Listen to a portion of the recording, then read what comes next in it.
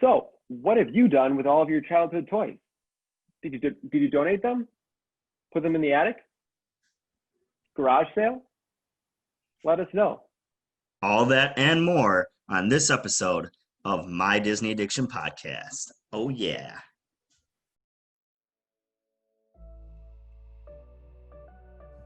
Hey, guys, it is Chris, your number one ghost host with My Disney Addiction Podcast, and the one, the only, the one that can't be comprehended, the one Fair. that has no words, the one who is, I'm sorry, ladies, no longer available, off the market. The one, the only, detective of the Disney, Greg Wow, Heel the second. You really laid out the red carpet for me on that one. I got to give you credit. Thank you so much. Yes, I am here. I'm not as cool as Chris makes me out to, but yeah, I will definitely take it. All right, you guys. Before we jump into anything, if you could right away do us a huge favor, like, subscribe. It's really quick, 2 seconds before we get into anything. The quicker you do that, the happier we'll be. All right, awesome. Exactly. So, Greg, I mean, you're gonna be cool no matter what. I mean, you got the wavy hair, and you got the nice Smell nice. jawline. You have it all. You have it all, sir.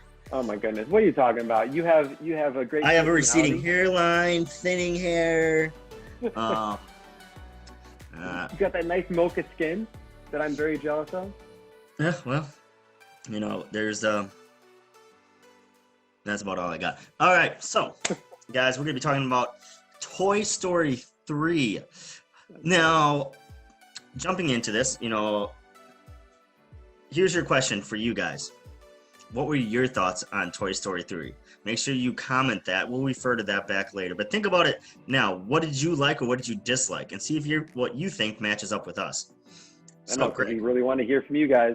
Yep. So, Greg, let me toss it to you. Toy Story 3. What did you think? So, what did you think when you heard that there was a new one? Like a Toy Story 3, were you happy? What? Yeah, so, I mean, when I heard that they were doing a Toy Story 3, I was actually a little bit excited, but I was like, why did it take them so long? Because it was a 1999 to a 2010 hiatus. So I'm like, if they wanted to do another one, why so long? I'm like, what will they do? Will they sort of pick it up right where Toy Story 2 left off? Are they actually going to do a literal time jump to where Andy's older? So I had a lot of questions, and I just wanted to sit back and wait until I actually saw it in theaters to really just let it sink in. And by the time it did come, I gotta say I did really enjoy, and I like that they did the time jump where time was actually a factor. It was literally 10 or 11 years since the last one was made, and Andy was going off to college. Just because it so happened to sort of mimic my life, because when Toy Story came out and when I saw it in theaters, that was when I was also going off to college. So I think it was a really cool parallelism, and I mean that part alone made me like it more than I thought.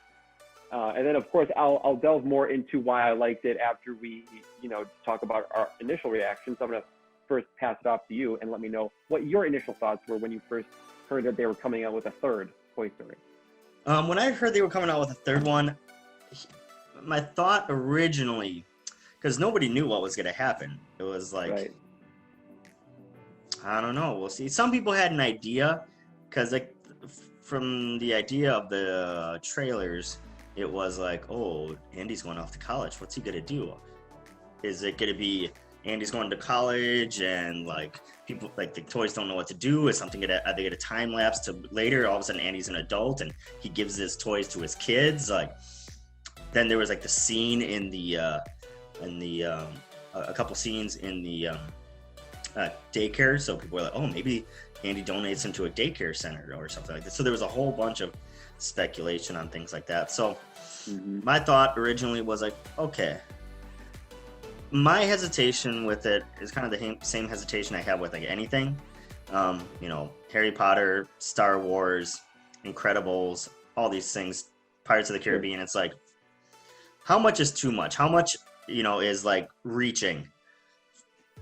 And for me, I went into it kind of like, are you guys reaching for something else? Are you just going to create another story that never ends kind of thing? So not disappointed, excited to see a new one, but I was hesitant when they said they were coming out with one. Sure. And I just thought of this because back then, I think YouTube was just starting. Like YouTube was like 3 or 4 years old. So like nowadays, when new movies come out, especially sequels to very popular movies, you have a ton of, like trailer reactions, a ton of videos, just people like breaking it down and talking about it. So I don't think you had that atmosphere back in 2010. So I think now it's really heightened. It's really concentrated with any and every kind of movie that's coming out, especially ones, that are near and dear to our hearts. So looking back, I don't remember feeling and seeing a whole lot of buzz around it. I mean, of course, like that initial, oh my gosh, yes, so the Toy Story, Disney's going to kill it in the box office. But I didn't really hear a whole lot from a lot of people outside of my family and friends, just because, there weren't a lot of YouTubers that were just like, their main channel objective is to break down the trailers of new movies, So it's really interesting to see how we've sort of progressed in that regard on social media and YouTube, where even like the slightest trailer or even a teaser trailer can set off such like a huge domino effect on, speculation and just so many different potential storylines that honestly like almost confuses me. Like there's so much noise about it now that it's like I just want to sit back, relax, and just like wait for it to come to me, Yeah, so I mean, like, the one of the trailers that came out recently at I forgot which con it was. I think it wasn't RedCon, or if it was Fan. I don't know what it was, but about a week ago, week and a half ago, a lot of stuff came out from the DC universe. But I know it wasn't Comic-Con. Oh. Yeah, no, but you're right. There's like Disney fandom. Yeah, like they just released so many things. Yeah, it was the Zack Snyder cut of Justice League. You had Gal Gadot's Wonder Woman 1984. 84. You had, I think, there were some talks about Young Justice coming out. A new thing with Young Justice, which I absolutely love. Young Justice. Young Justice is great. So you mean like season 4? They're doing another one? I think so. Well, season 1 and 2, they had. Season 3, you only could get if you were a part of a specific subscription order. And then I think they're talking about season 4. But Young Justice is awesome. If you've never seen Young Justice, people go watch it. But then Robert Pattinson's The Batman trailer came out. Now, when I saw that, I was like, so I'm not going to lie. I'm one of the guys who completely was like, when I heard Robert Pattinson was going to be Batman, I was like, bonkers pissed. Who did you want to see? I mean, did you want to have Ben Affleck keep the cape? I liked the concept of the old Batman series. I would have liked that and kept that because I think Ben Affleck would have done much better. My problem with the Justice League movies and a lot of DC movies, until you get to Wonder Woman and Aquaman, most of the writing sucks. So like the actual writing is just awful. Sure. So, but I think Wonder Woman and I think Aquaman with Jason Momoa, those were two great DC movies. And I think with those two, they're kind of doing their thing, which I know that, guys, this is not a DC thing. This is just fans. But I love superheroes. My thing with DC is, and this is a freebie for you guys, so this is a free little nugget. You're welcome. Lucky. My thing with DC is they tried to jumpstart 8 years to what Marvel did, and it backfired on them with Justice League. I agree. I mean, Henry Cavill, great. Ben Affleck, great. Gal Gadot, great. You have Jason Momoa, great. And what's his name? Ezra Miller, great. Absolutely loved him. I like what they were doing individually, like Wonder Woman and Aquaman, like the individual standalone movies. I think they're doing great. I think, you know what, maybe just stay away from like the uniting of them and make that something that comes. If it doesn't come together, fine. Yeah. Not everything has to be in a multi-universe thing. But I'm really excited with the Robert Pattinson thing. Going back to what you said about trailer reactions, there's a whole thing where people think it's like pretty sure that the bad guy in this movie is the Riddler. And this one I think is going to be pretty cool. It's going to be much better than Jim Carrey's The Riddler from Batman Forever. Are you kidding? I love Jim Carrey's The Riddler. He was awesome. Yeah, he was okay. Awesome. He was okay, but I think this Riddler is gonna be a lot more like almost serial killer like. Like demented. Yeah. Yeah. For sure. But it looks really good, and I mean, like you said, within hours of that dropping, instant trailer reactions. And I remember because when I was in college back in 2007. So YouTube was very in its infancy. Right. So when, so I get that whole reaction thing, like people are all over it. Whatever, we're gonna get to. We got too much to talk about, too little time. I know, and we're gonna put our train of thought back toward Toy Story 3, which is a perfect segue because the movie begins when they're on a train. Remember? You like that? Wait, what was how was that a perfect segue? I was confused. What? No, I said the train of thought, like our train of thought back on Toy Story 3. I was very confused on the segue there, but okay.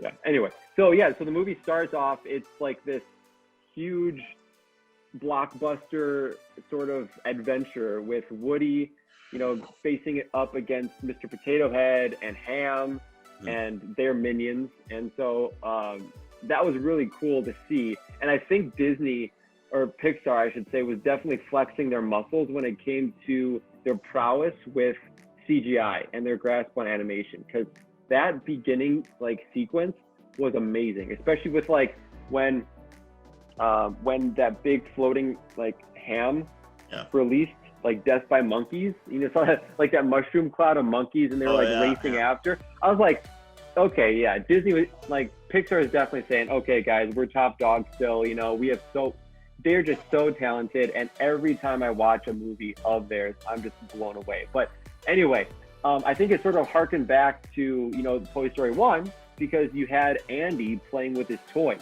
Mm-hmm. And so after that whole, train sequence and Buzz saving the train, all this stuff, it sort of reverts back to it's like the camera gets taken out of Andy's head, and then you see that he's playing with his toys again, and then Andy's mom, comes in with the camcorder recording him. And I do like that, because that was, again, a montage to show Andy and Molly and how they grew up and how they're getting older, how Andy had his toys with him forever, and then all of a sudden the camcorder shuts off, and then Randy Newman's song fades to black, and then boom, fast forward to when Andy now is not 17. Fade to Black as in the Metallica song Fade to Black. No, which is a all. Very depressing song if you've ever heard Metallica's Fade to Black. It is, yeah, definitely was not referencing that, but it had some oh my gosh, okay, it's done. What are we doing here? But yeah, fast forward to when Andy's 17, getting ready, to pack up to move off to college, and then you have these toys, and they're doing this top secret mission. What are they doing?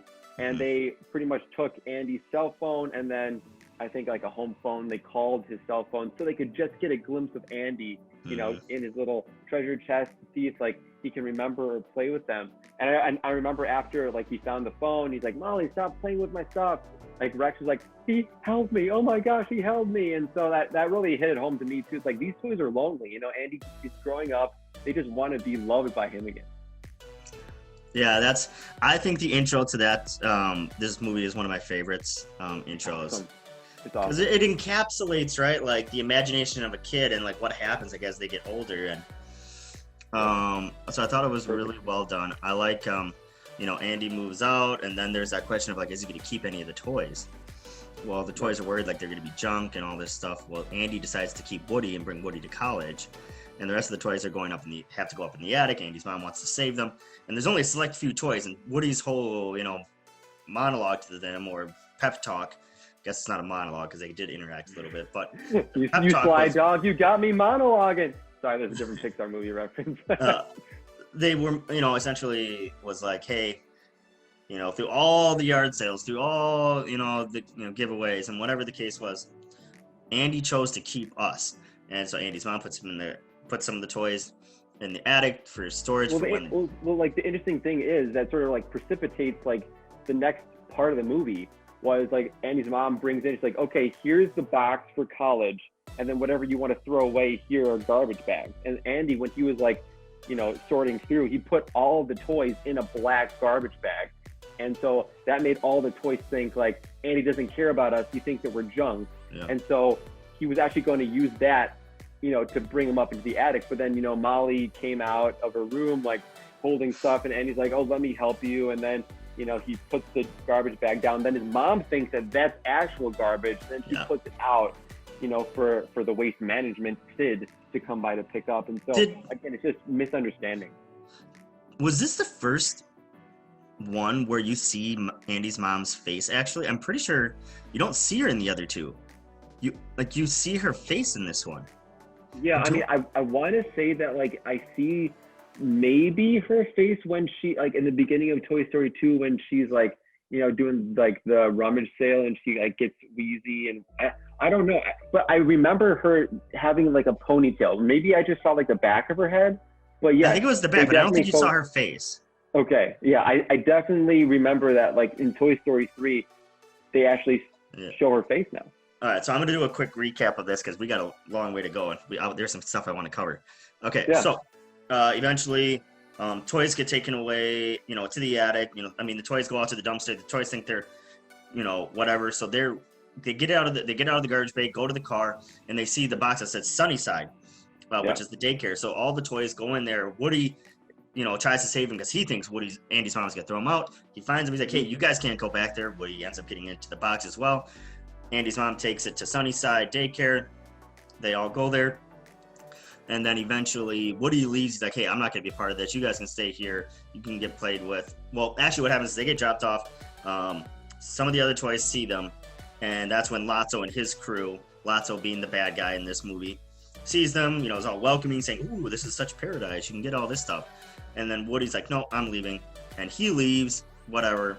The other ones stay there. And they get put into like the preschool kids room, like not even the preschool, like very, very, very young kids room. And so you just see these toys get totally mutilated and destroyed and all this stuff. Woody tries to leave, gets stuck up in a tree through some circumstances. Bonnie finds him, takes him, puts him in his backpack, takes him to her home. Eventually, like, the toys are like, oh, this just isn't, Buzz and Woody and the gang, they're like, this isn't working. This really isn't great. So they try to go talk to Lotso. Buzz comes to find out like, oh, this is a whole big pyramid scheme here. And, Lotso put himself at the top. And so all these things happen. Eventually, Lotso messes with Buzz's system and makes him speak in all Spanish. Makes him like pretty much reset back to being resetting. So essentially being a soldier. And then what happens is, but then we go back to Bonnie's room. Woody is playing with these other toys and he is having a good time. And this is the first time he's been played with in probably like a decade. And so Woody's absolutely loving it. And then he wants to just go home and be with the rest of them. But then he finds out like, oh, I escaped from Sunnyside. So he's like, what do you mean escaped? So then he finds out from some of the other toys. He decides to go back and save them. Roundabout way, Buzz and the rest of the gang essentially get put into like jail cells and just are completely used and aren't allowed to do anything. Woody comes back, sets up a plan to get them out of Sunnyside. They do this whole big shindig. They get essentially out, and then Lotso finds them. Lotso starts having a whole big thing about how toys are evil and all this stuff. Well, earlier in the movie, you see that Lotso was betrayed because he got lost, and then he was replaced, and he gets upset. So that's his whole motive behind everything. There's a dump truck that comes by. Woody and the gang and Lotso get trapped inside of this dump truck. They get taken to the city dump. Long story short, Lotso, doesn't help them when they're in need and runs away. Even though Woody saves them. Yeah, even though Woody saves him.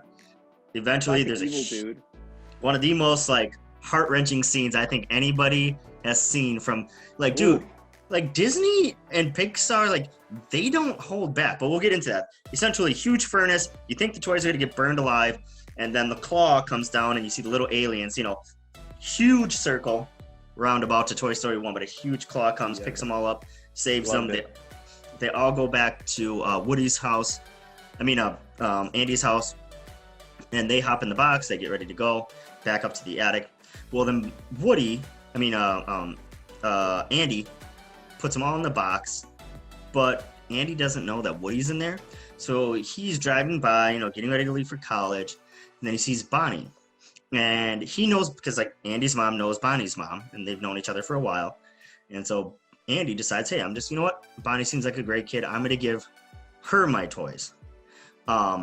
So because part of the thing too is like, at this point, Andy's sister is probably like 11 years old. So she's getting to that point where she doesn't really want to play with toys either. Because it looks like from the movie, she's a preteen.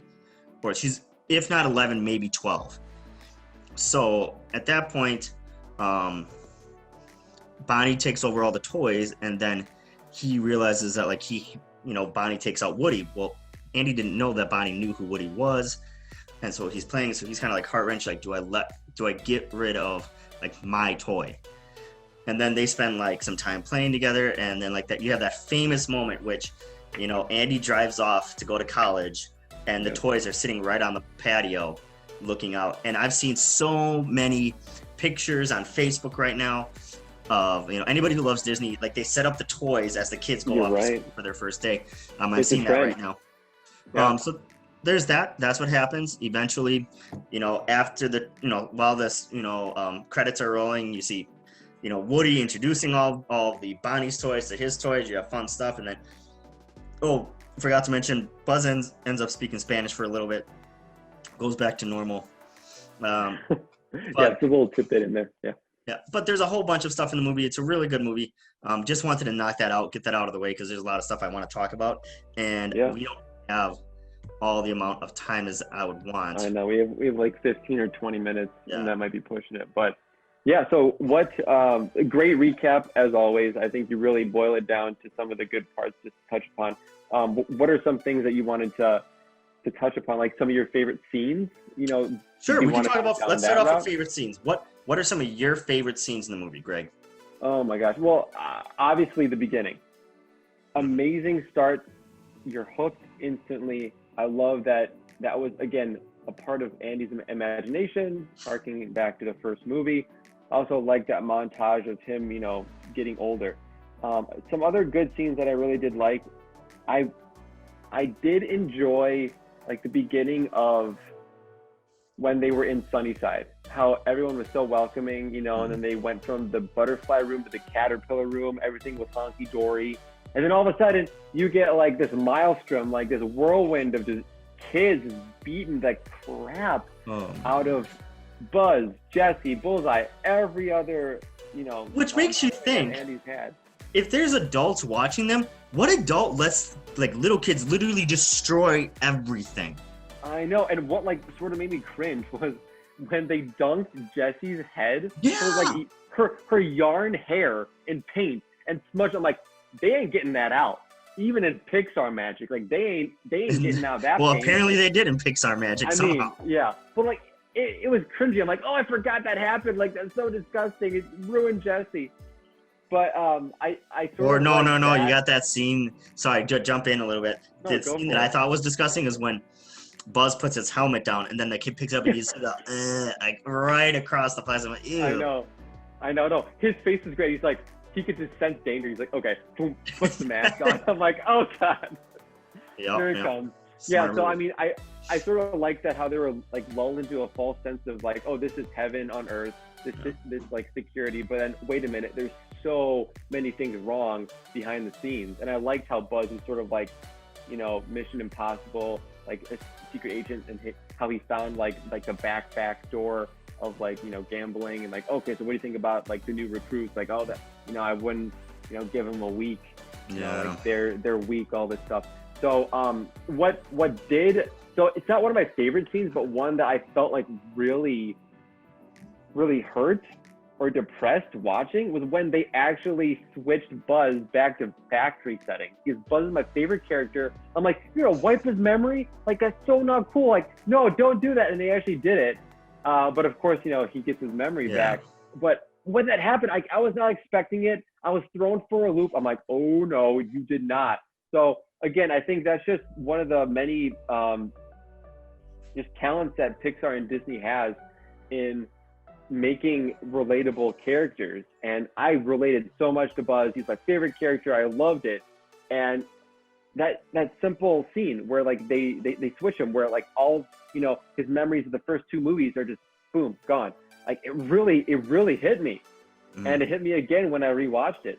So yeah, all in all, I think there's a lot of great scenes in the whole movie, but I think my favorite, honestly, are the bookends. It's the beginning, with that high stakes train chase, and then at the end when Andy sort of passed the torch off to Bonnie. I think both were great. How about you?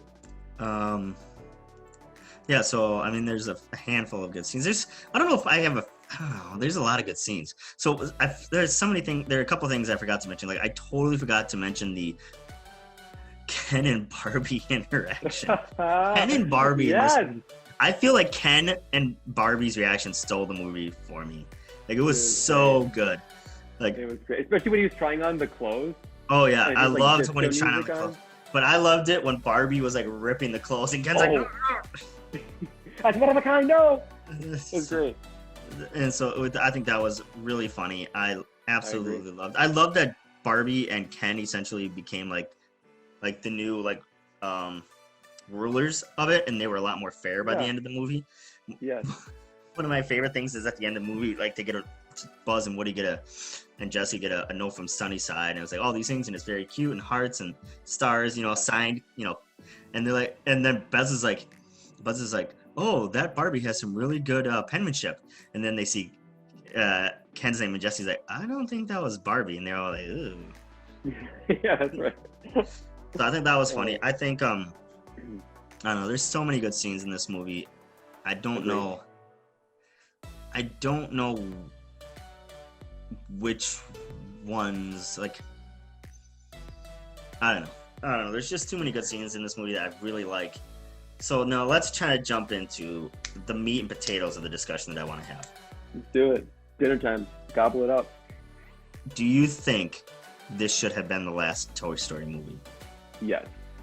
Without a doubt. Like, it was a perfect, again, passing of the torch. Andy left. Now it's Bonnie's story. Like, I get it. You can create more, a storyline with Bonnie, but I felt like it was a perfect circle. Like the toys, like the movie started out, Toy Story 1 with Andy needing the toys. He was a kid, he was playing with them, and then Toy Story 3 comes. The toys have fulfilled their purpose. Andy is now moving on, and now he can. It's sort of like one of those open-ended stories that I'm completely fine with them ending on, because it's like this specific Andy story, or Andy saga, if you will, is complete. I was completely fine. Perfect closure. And honestly, I was not expecting another Toy Story. I was not. I was not expecting another Toy Story at all. I thought that ending was perfectly well done. Yeah. Because I like the furnace scene. I think everybody gets like that choked up a little bit.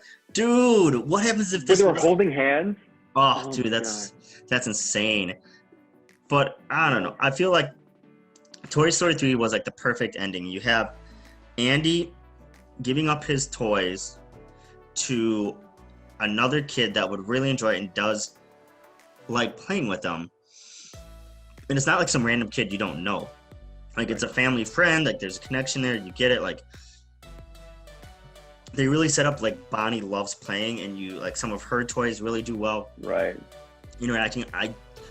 And then I think it was good, because then you have that group of toys, the core group, sticking together, being apart through thick and thin. They are together, Yep. And this is one of my biggest pet peeves about the fourth movie, and I'm gonna just spoil this right now.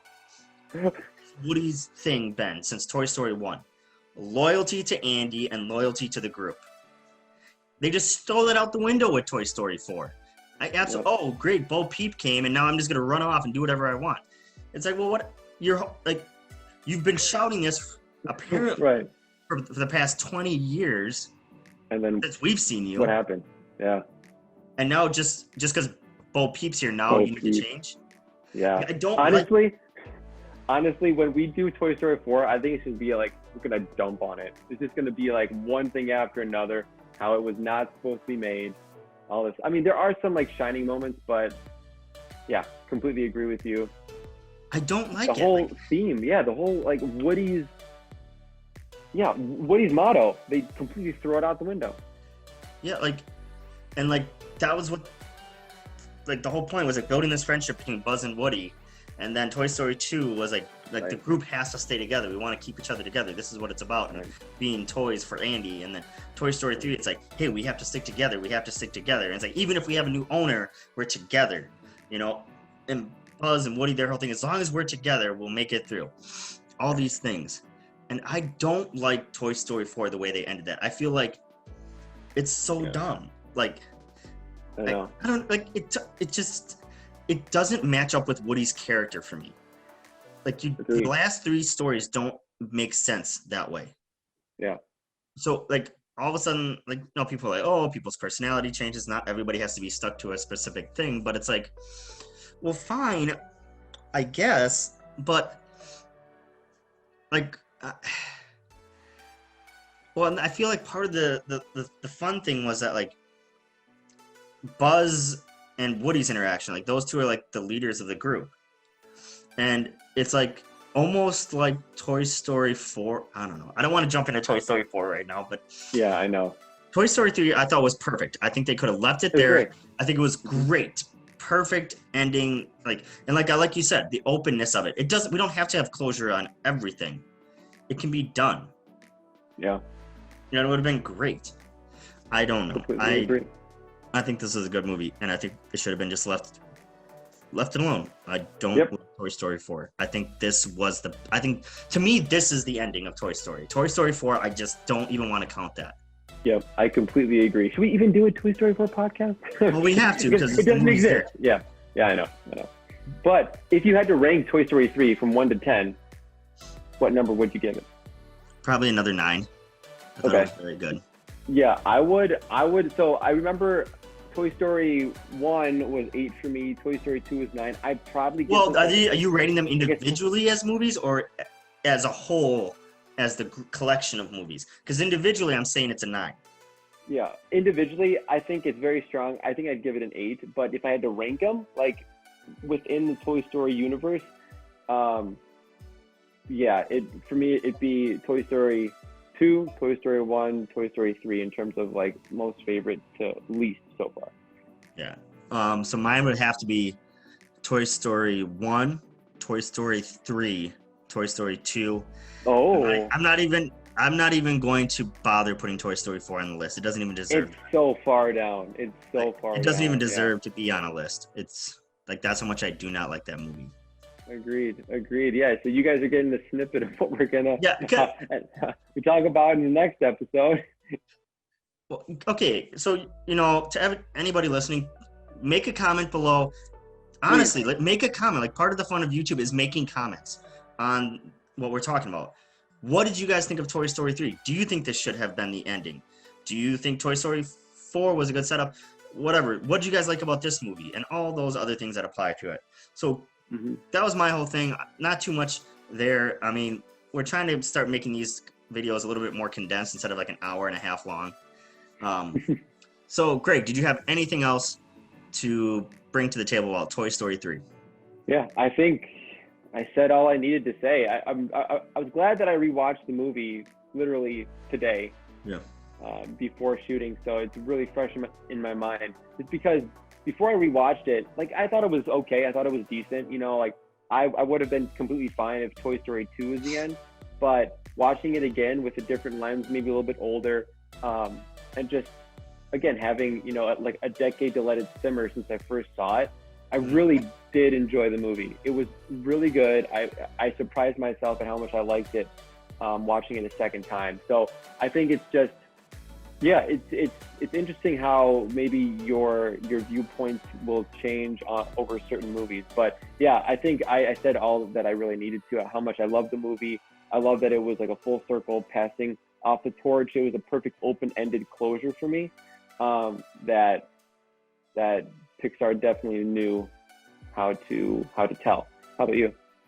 Yeah, I mean, I think, I said everything too. I mean, I think some of the characters that were introduced, which was like, like Ken, I thought he brought a fun quirkiness to the movie. I thought this really brought your heart out for the core group of toys.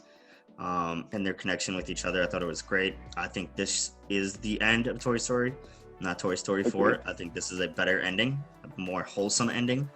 And this to me is, it was just a great movie all around. Yes, very great. I highly recommend it. All right, you guys. It was a pleasure talking today, hanging out, kicking it, jamming, whatever they call it now. Talking Toy Story. Oh, yeah. Yeah, shooting the breeze. Yeah. So, Greg. Chris. Where can people find us and You can find us all over the world. So you can find us on Facebook, Instagram, Twitter. There you go. Take it over. You can find it there. Thank you, Greg. And remember, this is your... Go ahead, Greg. Only place to get your Disney fix. Peace.